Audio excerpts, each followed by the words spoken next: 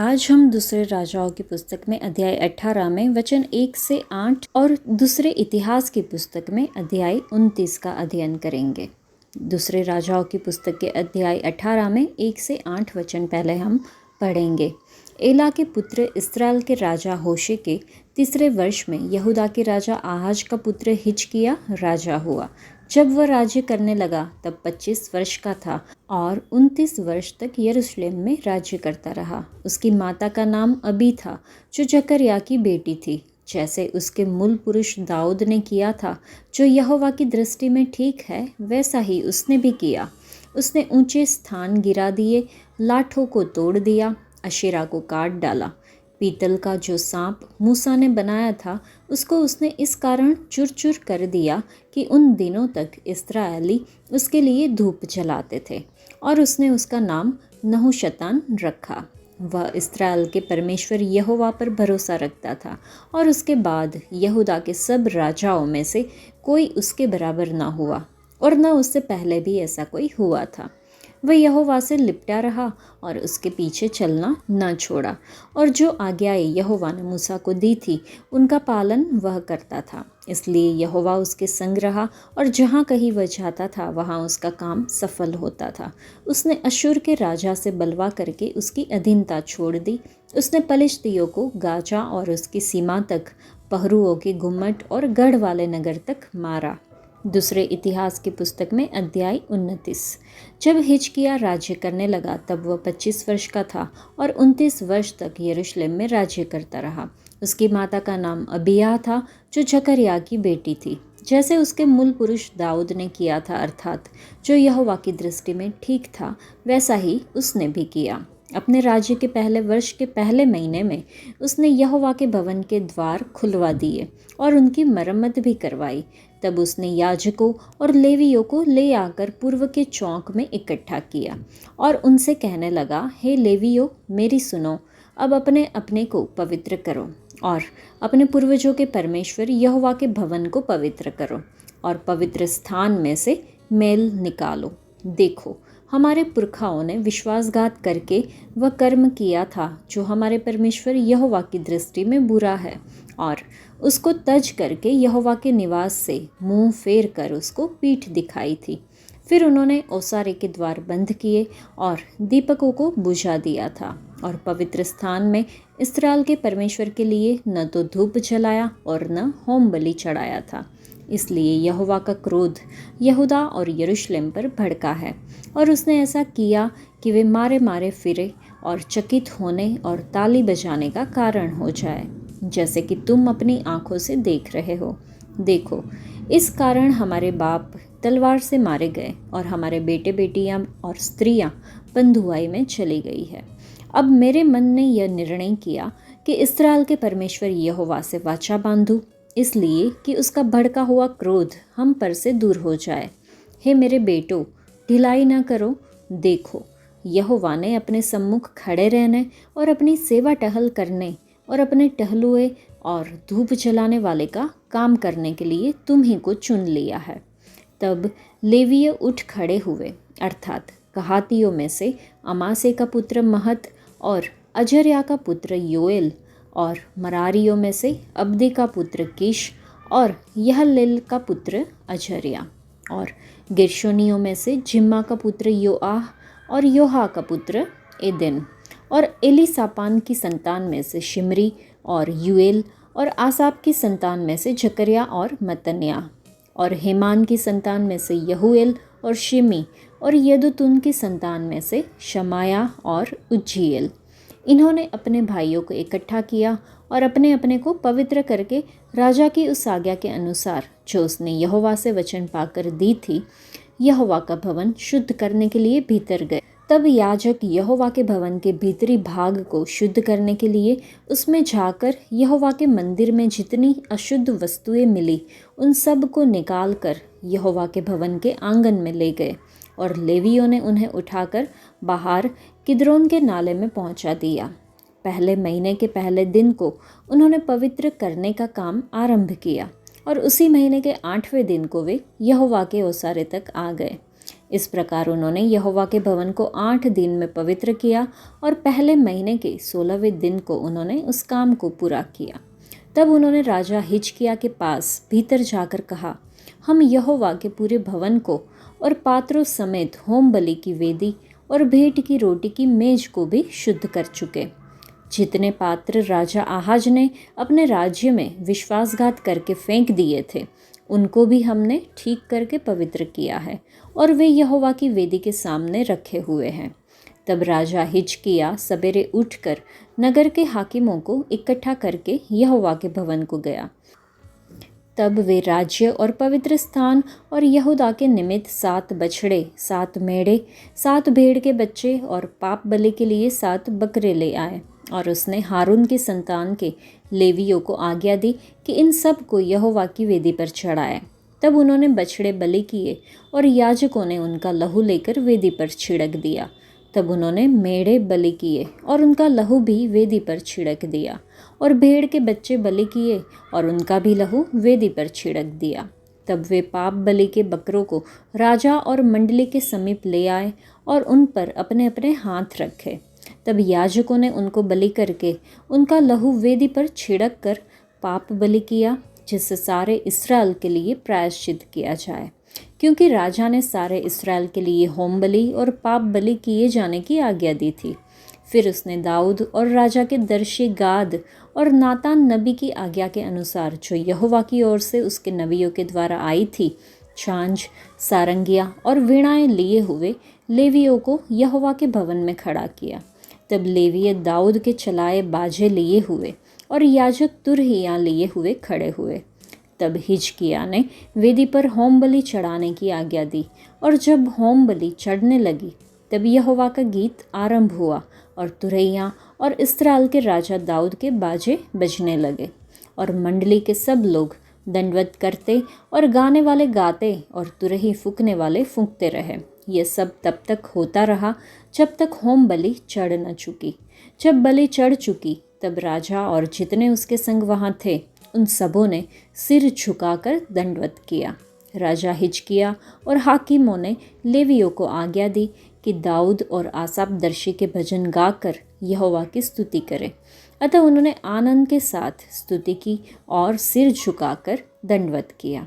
तब हिजकिय्याह कहने लगा, अब तुमने यहोवा के निमित्त अपना अर्पण किया है, इसलिए समीप आकर यहोवा के भवन में मेल बलि और धन्यवाद बलि पहुँचाओ। तब मंडली के लोगों ने मेल बलि और धन्यवाद बलि पहुँचा दिए, और जितने अपनी इच्छा से देना चाहते थे उन्होंने भी होम बलि पहुँचाए। जो होम बलि पशु मंडली के लोग ले आए, उनकी गिनती यह थी 70 बैल, 100 मेढ़े और 200 भेड़ के बच्चे। ये सब यहोवा के निमित्त होम बलि के काम में आए। पवित्र किए हुए पशु 600 बैल और 3000 भेड़ बकरियां थी। परंतु याजक ऐसे थोड़े थे कि वे सब होम बलि पशुओं की खाले न उतार सके। तब उनके भाई लेवीय उस समय तक उनकी सहायता करते रहे जब तक वह काम पूरा न हो गया, और याजकों ने अपने को पवित्र न किया, क्योंकि लेवीय अपने को पवित्र करने के लिए पवित्र याजकों से अधिक सीधे मन के थे। फिर होम बलि पशु बहुत थे और मेल बलि पशुओं की चर्बी भी बहुत थी, और एक एक होम बलि के साथ अर्घ भी देना पड़ा। यूँ यहोवा के भवन में की उपासना ठीक की गई। तब हिजकिय्याह की और सारी प्रजा के लोग उस काम के कारण आनंदित हुए जो यहोवा ने अपनी प्रजा के लिए तैयार किया था, क्योंकि वह काम एकाएक हो गया था। इन वचनों में हमने देखा कि आहाज के बाद हिजकिय्याह राजा बना और उसके शासनकाल में एक महत्वपूर्ण आत्मिक नवीनीकरण हुआ। उसने परमेश्वर के मंदिर की मरम्मत की और लोगों को पश्चाताप और बहाली के लिए बुलाते हुए परमेश्वर को प्रसन्न करने वाली आराधना को फिर से स्थापित किया। हिजकिय्याह ने सभी लेवियों और याजकों को इकट्ठा किया और उन सभी से खुद को शुद्ध करने और यहोवा की सेवा करने के लिए मंदिर में लौटने का आग्रह किया। उसने फसह का पर्व मनाया और पूरे इस्राएल को आराधना में शामिल होने के लिए आमंत्रित किया। ये अध्याय परमेश्वर की ओर लौटने और समुदाय के भीतर सच्ची आराधना को पुनर्जीवित करने के महत्व पर प्रकाश डालता है। सच्चा नेतृत्व दूसरों को परमेश्वर की ओर वापस ले जाता है।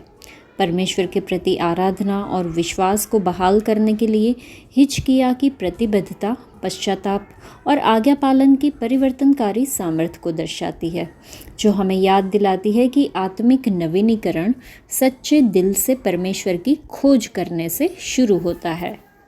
इन वचनों को पढ़ने के बाद हम यह भी समझ सकते हैं कि हमारे पास शायद बहुत कुछ चीज़ें हैं जिन्हें हम अपने जीवन में पूरा करना चाहते हैं, लेकिन परमेश्वर को अपनी प्राथमिकता बनाए। हिजकिय्याह राजा के रूप में कई काम करना चाहता था, लेकिन परमेश्वर के साथ सही होना उसकी सूची में सबसे ऊपर था। जब आप परमेश्वर को सबसे पहले रखेंगे और सुनिश्चित करेंगे कि आप उनके साथ सही है, तो ये सभी काम अपने आप हो जाएंगे। जीवन में ऐसी कोई भी चीज़ नहीं है जिसे हम अपने सृजनहार को जानने से ज़्यादा प्राथमिकता दें। इन वचनों में हमने हिजकिय्याह और मंदिर का शुद्धिकरण देखा। हिजकिय्याह 25 वर्ष की आयु में दक्षिणी राज्य यहूदा के सिंहासन पर बैठा। सिंहासन पर बैठने के 3 वर्ष बाद अशूर की सेनाओं ने सामरिया की घेराबंदी की। 3 वर्ष बाद उत्तरी राज्य इस्राएल पर विजय प्राप्त की और उसके निवासियों को फिर से बसाया। हिजकिय्याह ने यरूशलेम में 29 वर्ष तक शासन किया। उसकी माँ अबिया और भविष्यवक्ता यशायाह का हिजकिय्याह पर ईश्वरीय प्रभाव रहा होगा, क्योंकि वह एक जोशीला सुधारक था जिसने ऊंचे स्थानों पर उपासना करने पर भी प्रतिबंध लगा दिया था। अधिकांश राजाओं ने ऊंचे स्थानों के शुद्धिकरण के इस पहलू को अनदेखा कर दिया। यरूशलेम में मंदिर की स्थिति इतनी खराब थी कि हिजकिय्याह को लेवियों को शुद्धिकरण और सुधार कार्य के लिए मजबूर करना पड़ा। राजा आहाज ने मंदिर में मूर्ति पूजक वेदियां बनवाकर उसे अपवित्र कर दिया और बाद में मंदिर को बंद कर दिया था। मंदिर को शुद्ध करने और पवित्र करने में 16 दिन लग गए। याजकों और लेवियों को मंदिर में उपासना की तैयारी करने के लिए कहा गया ताकि लोग परमेश्वर की सेवा और उनका सम्मान करने पर ध्यान केंद्रित कर सके। हिजकिय्याह ने लोगों को जल्दी झाकर चीज़ों को सही तरीके से करने के लिए प्रेरित किया। कई पाप बलि चढ़ाई, क्योंकि उसे लगा कि उसके राष्ट्र का पाप बहुत बड़ा था। वह होम बलि, स्तुति और आराधना को बहाल करने के लिए बहुत ही सावधान था और परमेश्वर के प्रति सामुदायिक सम्मान में सम्मिलित हुआ। प्रजा को व्यक्तिगत और संगति के लिए भेंट लाने के लिए प्रोत्साहित किया गया। प्रजा की प्रतिक्रिया ने लेवियों को मेहनती होने और उन्हें सौंपे गए कार्यों के लिए खुद को पवित्र करने के लिए प्रोत्साहित किया। जो लोग आहाज और उसके मूर्ति पूजक शासन से दुखी थे, वे अब कृतज्ञ हृदय से आनंदित हुए। राजा हिजकिय्याह यहूदा के सबसे जोशीले सुधारकों में से एक था। उसने ऊंचे स्थानों पर भी आराधना करने पर रोक लगा दी थी। परमेश्वर कभी भी अपने लोगों द्वारा ऊंचे स्थानों पर आराधना करने से प्रसन्न नहीं हुए थे, लेकिन यहूदा के अन्य राजाओं में से किसी में भी इसे मना करने का साहस नहीं था सिवाय हिजकिय्याह के। लेवियों और मंदिर दोनों की स्थिति भयानक थी और उन्हें पूरी तरह से साफ करने की आवश्यकता थी। हिजकिय्याह ने माना कि उनके पूर्वज परमेश्वर के प्रति विश्वासघाती थे। उन्होंने परमेश्वर यहोवा के निवास स्थान से अपना मुख मोड़ लिया था। राजा आहाज के दिनों में परमेश्वर की वेदी को पश्चिम की ओर नहीं, बल्कि अन्य जातियों की वेदियों की नकल करते हुए पूर्व की ओर स्थानांतरित कर दिया गया था, जैसा कि परमेश्वर ने आदेश दिया था। इस परिवर्तन का मतलब था कि उपासक सचमुच परमेश्वर के संदूक की ओर पीठ करके वेदी की ओर मुख करके खड़े थे, मानो यह कोई अन्य जाति प्रथा हो। हिजकिय्याह ने पहचाना कि अवज्ञा के इन कृत्यों ने यहूदा पर विपत्तियां ला दी थी। हिजकिय्याह के आह्वान पर लेवियों ने तुरंत उठकर मंदिर को शुद्ध करना शुरू कर दिया। पहले महीने के 16वें दिन तक उन्होंने यह काम पूरा कर लिया था। हकीकत यह था कि केवल जमा हुए कचरे को हटाने में 16 दिन लग गए, जिसमें परमेश्वर के भवन के भीतरी भाग की कचरा भी शामिल था। यह उनकी लापरवाही से हुए नुकसान की सीमा को दर्शाता है। सफाई के बाद हिजकिय्याह ने यहूदा के लोगों के साथ बलि चढ़ाए और संगीत और गायन के साथ खुशी से यहोवा की आराधना की। यह कहानी हमारे मन की शुद्धि के लिए एक दृष्टांत के रूप में कार्य करती है, जो परमेश्वर के लिए मंदिर है। जिस तरह लेवियों ने मंदिर से गंदगी हटाई, उसी तरह हमें भी यीशु के लहू से अपने मन को सभी पापों और गंदगी से शुद्ध करना चाहिए। तभी हम खुद को जीवित और पवित्र और परमेश्वर को भावता हुआ बलिदान करके उसके सामने पेश कर सकते हैं। चलिए हम नए गीत और सच्चे दिल से उनका धन्यवाद करें। एक ऐसे घर की कल्पना करें जिसे कई सालों से अनदेखा किया गया है। धूल जम जाती है, कोनों में मकड़ियों के झाले भर जाते हैं और अव्यवस्था जमा होती है, जिससे इधर उधर चलना भी मुश्किल हो जाता है। घर अब रहने के लिए एक सुखद जगह नहीं है, ये उपेक्षित है और इसकी गहरी सफाई की आवश्यकता है। इसे बहाल करने के लिए मालिक को सभी गंदगी को हटाने और कोई भी नुकसान की मरम्मत करने के लिए दृढ़ प्रयास करना चाहिए। इसी तरह जब हम परमेश्वर के साथ अपने रिश्ते की उपेक्षा करते हैं तो हमारे दिलों में आत्मिक धूल और अव्यवस्था जमा हो जाती है। ये बिना स्वीकार किए गए पाप, ध्यान भटकाने वाली बातें या समझौते हो सकते हैं। जिस तरह लेवियों ने मंदिर को शुद्ध करने में समय लगाया, उसी तरह हमें भी अपने दिलों की जांच करने और परमेश्वर को हमें शुद्ध करने देने के लिए समय निकालना चाहिए। तभी हम उनकी उपस्थिति में सच्चे पुनरुद्धार और आनंद का अनुभव कर सकते हैं। इसलिए चलिए हम खुद को शुद्ध करें और अपने मन को नया करें, ताकि हम खुशी और ईमानदारी से परमेश्वर की आराधना कर सकें। हम में से प्रत्येक के लिए परमेश्वर का एक विशेष उद्देश्य है। परमेश्वर का चुनाव हमारे कौशल या हम कितने परिपूर्ण हैं इस पर आधारित नहीं है। इसके बजाय यह हमारे जीवन के लिए उनके प्रेम और योजना के बारे में है। वह चाहते हैं कि हम उनके करीब रहें, उनसे बातें करें और हम जो कुछ भी करते हैं उसमें उनका आदर करें।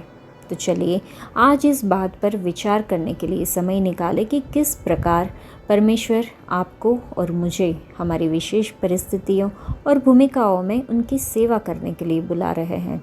चलिए हमें चुनने के लिए परमेश्वर का धन्यवाद देने के लिए समय निकालें और याद रखें कि हम उनके लिए महत्वपूर्ण हैं और उन्होंने हमें अपनी योजना में एक भूमिका दी है। हम उनकी उपस्थिति में खड़े रहें, आनंद के साथ उनकी आराधना करें और इस तरह से जिए कि दूसरों को उनका प्यार दिखे। हिजकिय्याह के नेतृत्व और परमेश्वर के प्रति आज्ञाकारिता ने यहूदा में आध्यात्मिक नवीनीकरण लाया। नवीनीकरण और पश्चाताप हमेशा संभव है, चाहे अतीत कुछ भी हो। जब हम ईमानदारी से परमेश्वर की तलाश करते हैं तो वह हमें एक नई शुरुआत प्रदान करते हैं। पापी प्रभावों को दूर करने, स्वस्थ आध्यात्मिक आदतों को स्थापित करने और परमेश्वर के साथ अपने संबंध को बहाल करने के लिए सक्रिय कदम उठाना महत्वपूर्ण है। ये वचन हमें याद दिलाते हैं कि परमेश्वर के प्रति वफादारी आशीर्वाद की ओर ले जाती है, जबकि दूर जाने से चुनौतियाँ आती है। फिर भी पश्चाताप नवीनीकरण और परिवर्तन का द्वार खोलता है। आज के लिए इतना ही। परमेश्वर आप सबको आशीष दे। धन्यवाद।